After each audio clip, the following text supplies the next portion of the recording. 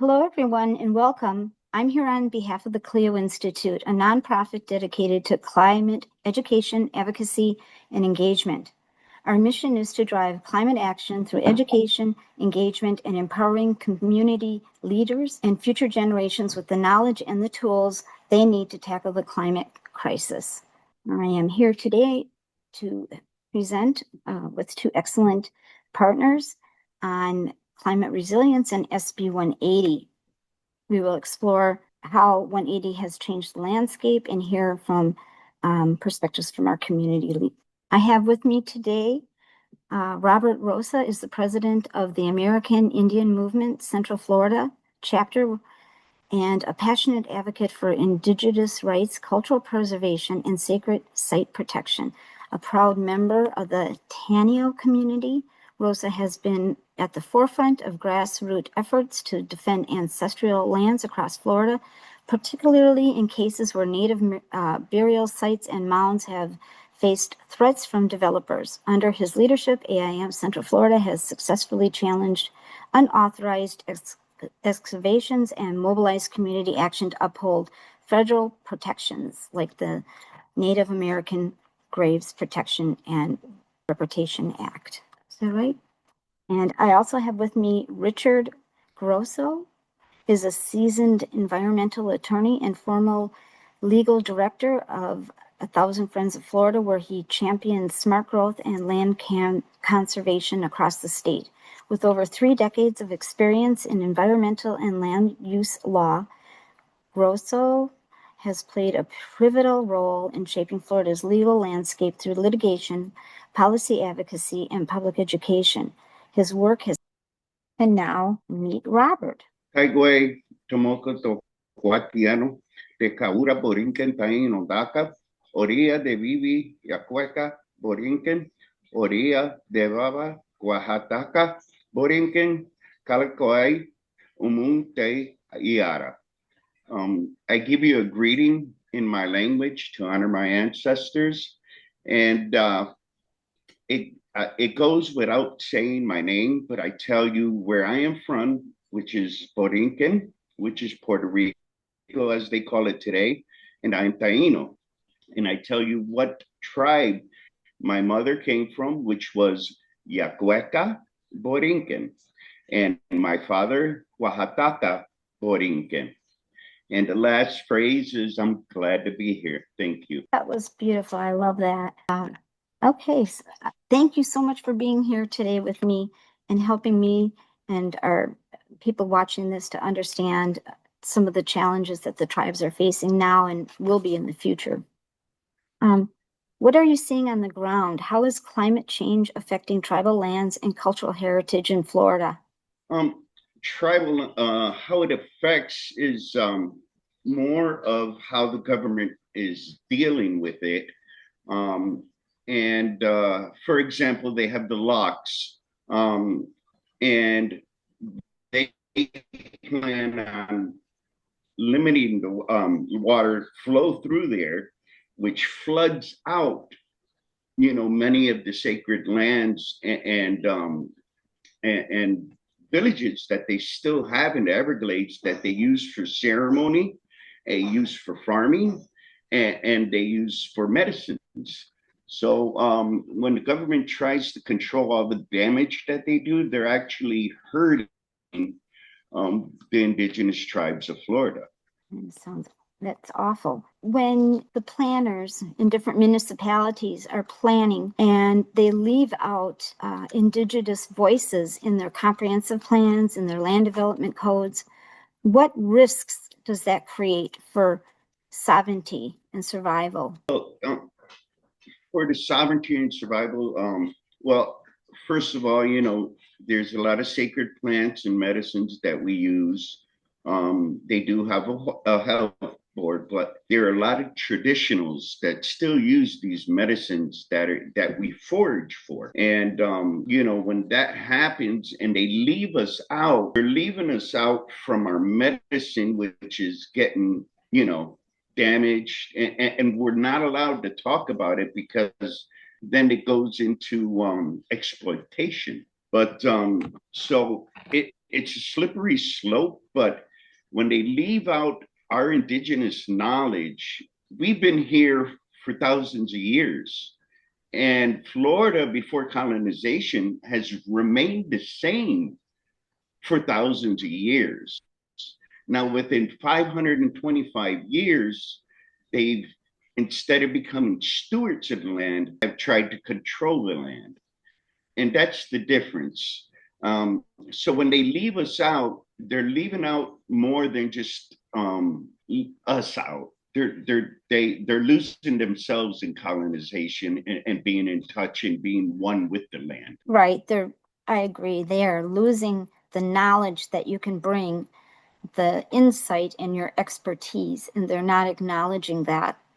So they need to Correct. do that. That's the way I feel about it. I feel like they need to acknowledge that you are the experts for that land, or that just everything that you said is.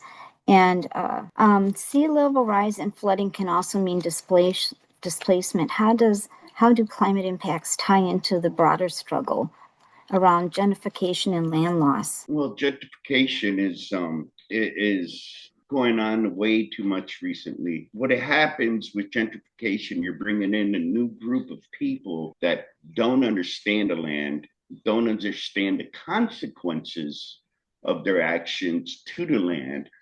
Um, Florida is just like Puerto Rico, just like Hawaii, is a very sensitive area. We have stuff in Florida that's nowhere around the world.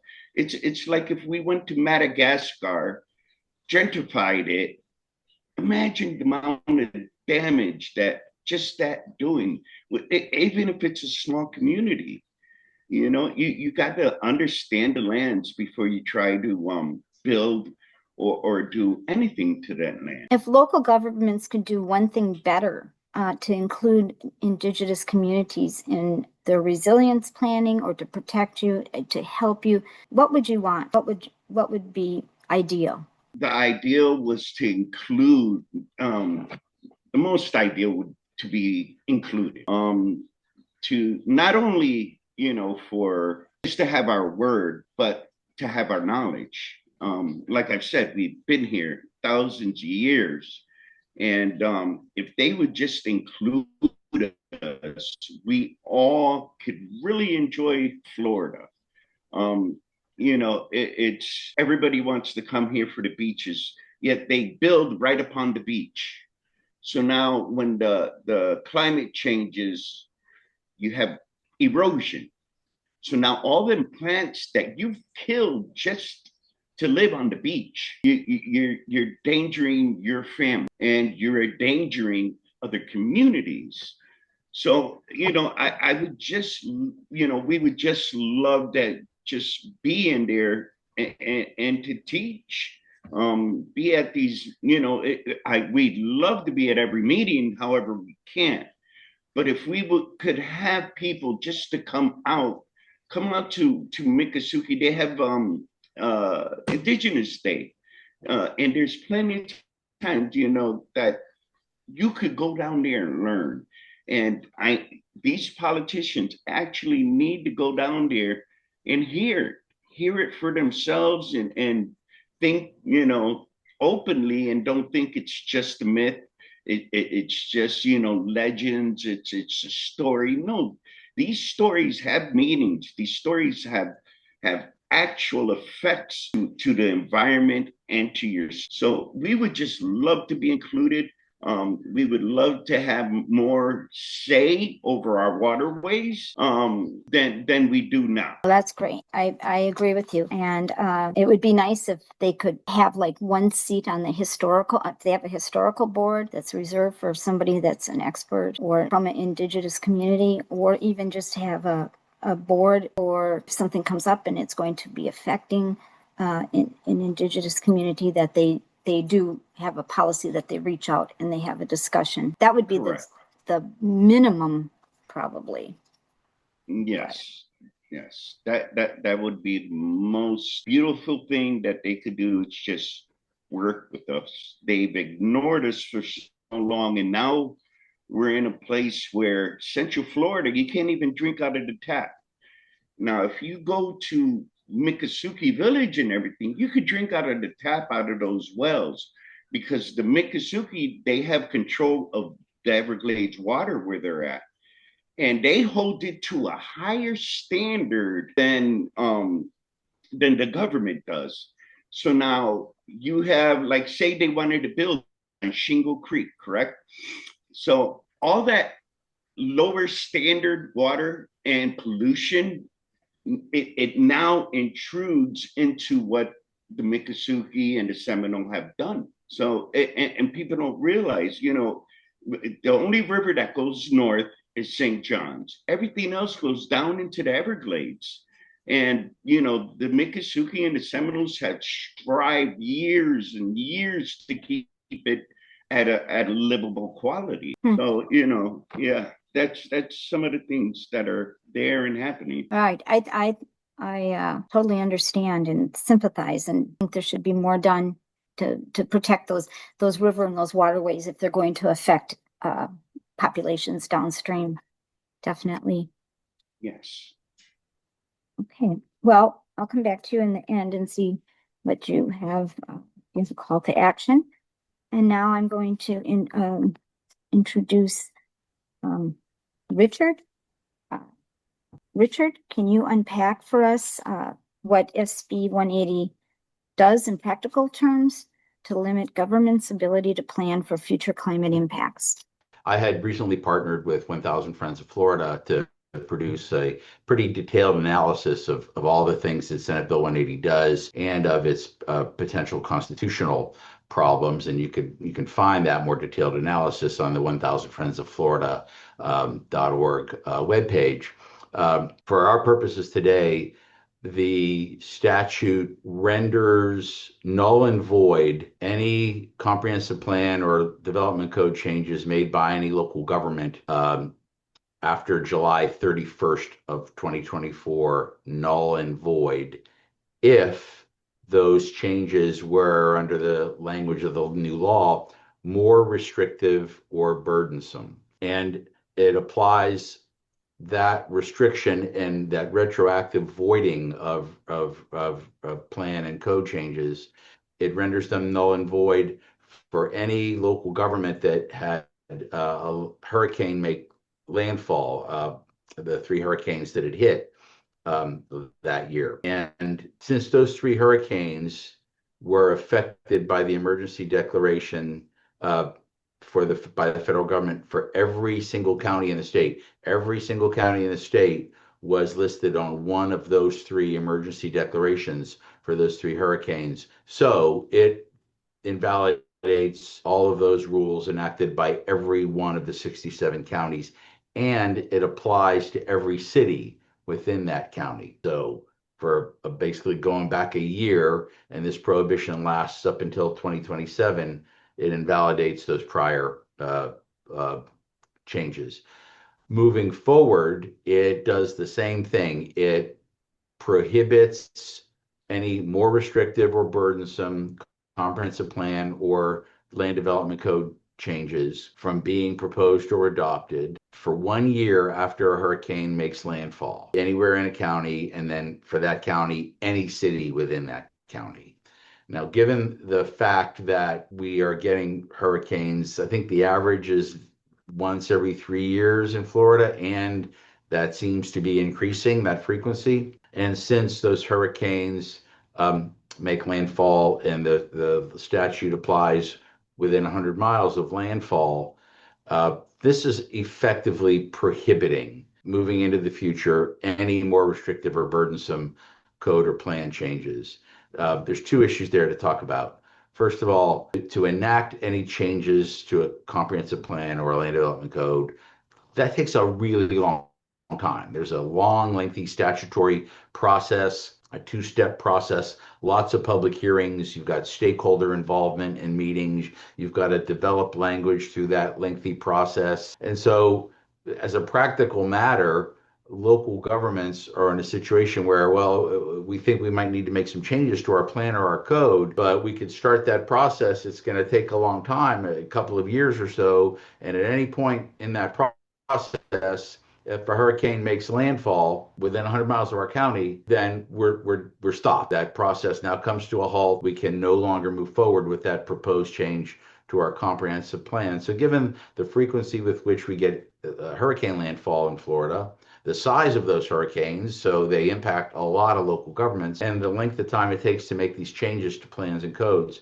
this is effectively a prohibition forever into the future on more restrictive or burdensome plan or code changes. The next thing to focus on is that incredibly vague term. What's a more restrictive or burdensome code change? The statute allows any person. You don't need to be impacted. You don't need to own property. You don't even need to live in the local government. Any person can sue to overturn a quote unquote more restrictive or burdensome measure. So that basically means anything anybody doesn't like is more restrictive or more burdensome, and it is rendered null and void.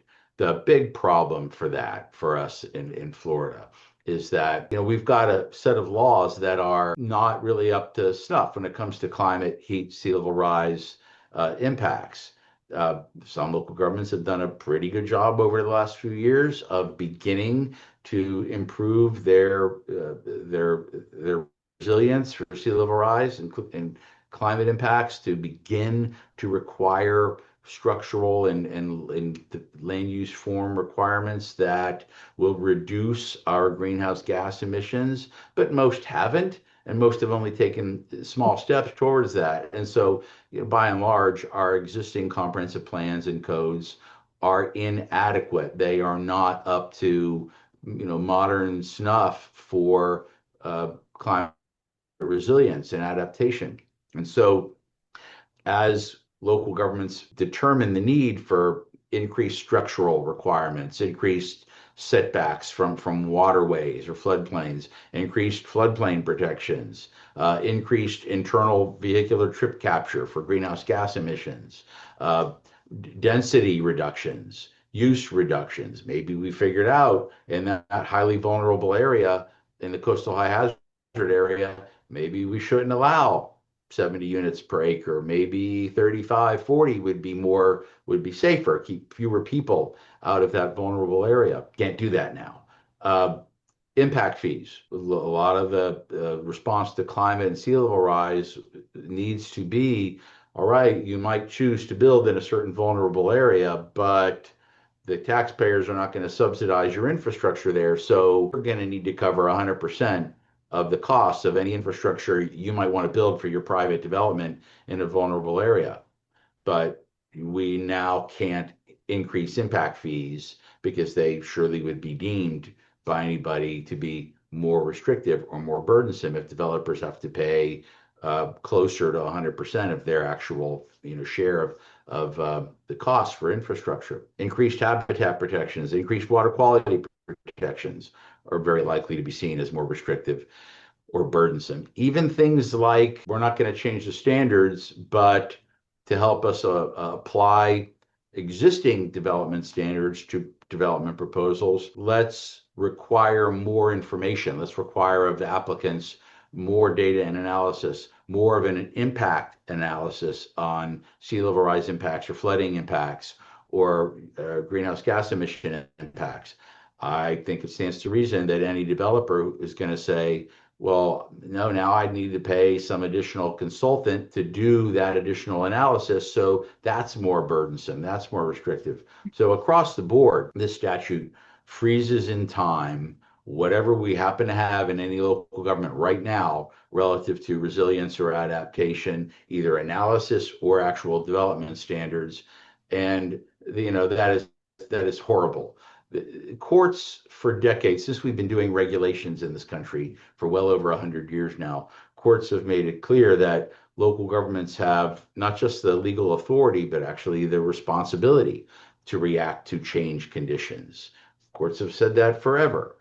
As things change, we learn more about climate science, we learn more about sea level rise, we learn more about human health impacts. Local governments are allowed to ratchet up their rules, to bring their rules up to speed, to reflect current new realities, understanding, science, whatever it is. Yet this new law has said, nope, we're frozen in time. And if we have adequate climate and sea level rise regulations uh, as we speak, that's probably a coincidence and a happy coincidence and good for us. But to the extent we don't, we're no longer allowed to change them to respond to what is, I think we all would agree, the greatest challenge of our time, the greatest threat to the ability of people to live on this planet.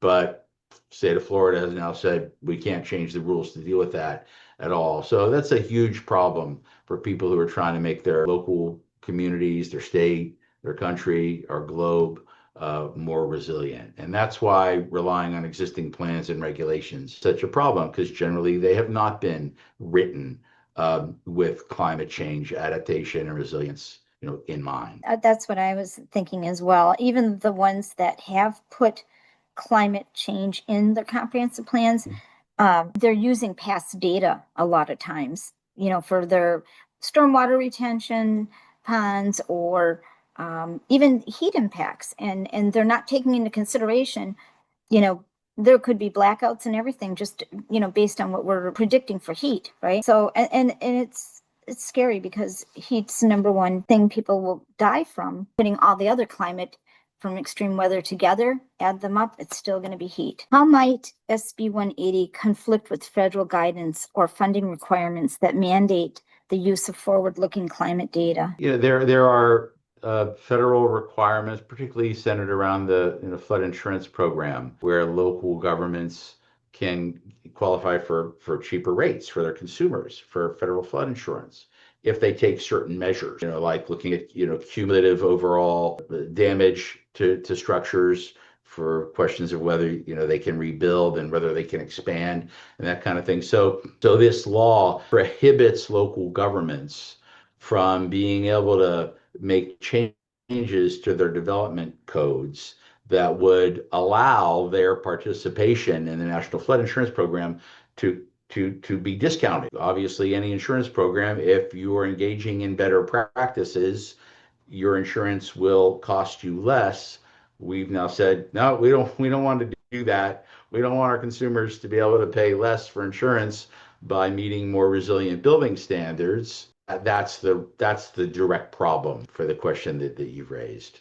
Do you see any legal or policy pathways for local governments to work around SB 180? Yeah, there's a few things going on. First of all, it's been very well reported that a great number, I think well over 20 local governments representing both a political diversity and geographic diversity around the state are poised to bring a lawsuit that will challenge Senate Bill 180 on a number of different constitutional grounds. We haven't seen that lawsuit yet, but I've done my own analysis, and I think it's fair to say that lawsuit has some real problems constitutionally related to violating the single subject rule, violating unfunded mandates, the way that it is arbitrarily classified local governments, substantive due process. It kind of doesn't make sense. It's arbitrary. You got a law that supposedly was written to allow people to build back what they had when they're damaged in hurricanes.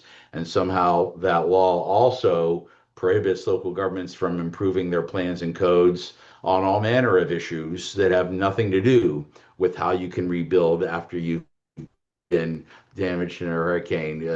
The law, instead of just limiting itself to that, prohibits changes that would govern future development of completely undeveloped land. So there's a lot of arbitrary constitutional problems, I think, that prohibiting these changes, like the habitat protections and water quality protections. I think this law violates the natural resources clause of the Florida Constitution as well. So there's that lawsuit. But the encouraging things we've seen is uprising of local governments of all political stripes throughout the state of Florida has resulted in a groundswell of support and an outcry for legislative fixes to change this law as soon as the legislature can get to it in the 2026 section. I know the sponsor of the bill has indicated a willingness to consider changes. That's very encouraging.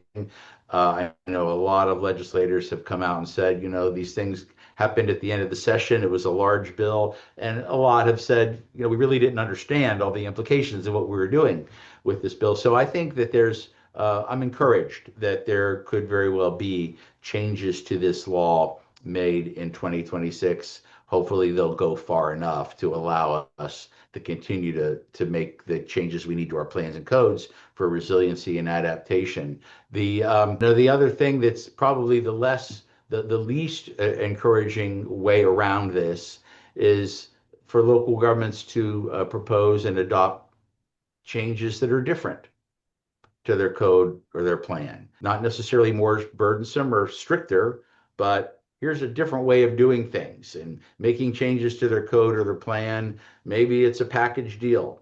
Some of these things might be a little stricter if you look at them that way.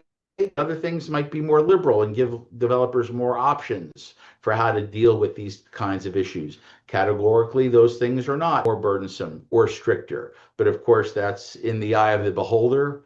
And so, I think that's the way to go if you're a local government and we don't change this law or get it invalidated by courts.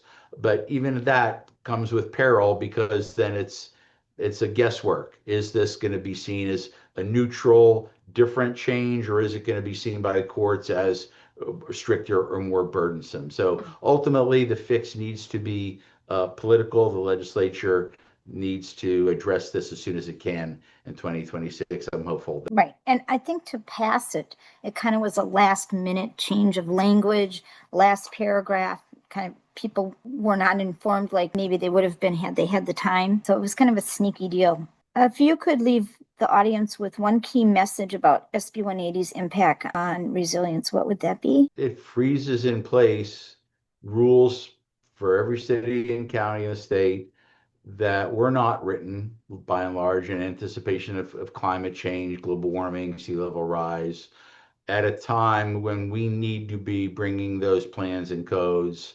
up to modern standards to make the most climate vulnerable state in the country ready. And that is in a nutshell, the huge problem with this law. One of the other things I'm a little worried about is even our power companies not being up to date with their, projecting what they need to do to be more resilient as well. So is there a call to action or something that people can do to get involved? Because I think it's going to take all of us. The group I'm working with on this, that I partner with, 1,000 Friends of Florida, has put out a call to action that has been joined by a great number of statewide and regional and local organizations.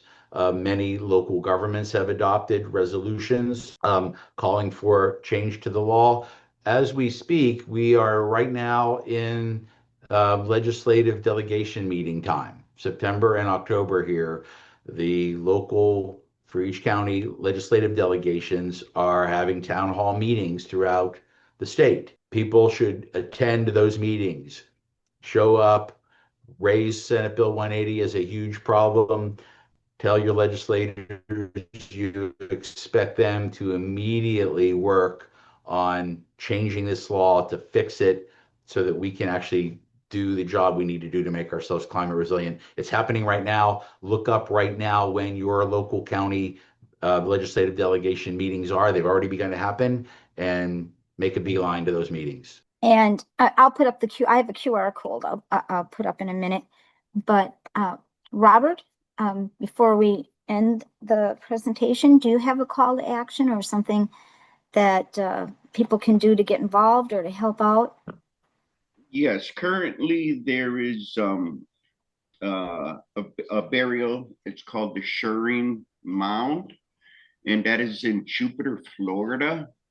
And it was capped by the original owner, but they passed it to do a phase 1 and phase 2, which means that they will go into this mound and whatever remains or cultural items they find, they will pull out. And in Florida, the owner of the property, if it's the cultural items are with the burial, with the remains, then those items are protected under NAGPRA.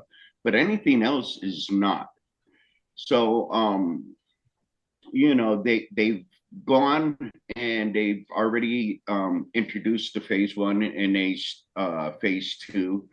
So they know there's something there. It's a noted mound. I've already called Catherine Meir, emailed Catherine Meir to let her know this is going on. She was unaware. She is the state bar.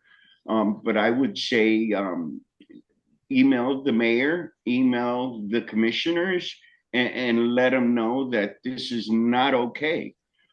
They put a freeze on Modica, which that property is directly across the street. But this, with them doing this, is going to give him the okay to do think he could go ahead and do it as well. And the tribes all would love for builders to cap and build over it. You know, we would love that no building goes on it and it's protected. But we understand that there's development and development needs to happen. So if it is, and they feel no other way to make it happen is to develop, leave it in the ground and cap it, build upon it. But what we want is total protection. Okay. Well, I want to thank both of you for being here today with me. I really enjoyed my discussion with you. I am actually more hopeful after speaking with both of you. And it's really been an honor. So thank you so much. And I'll make sure that your information is available for the people watching this presentation. Thank you, Ms. Betts, and thank you, Cleo, for all the great work that this great organization does. Thank you. Thank you.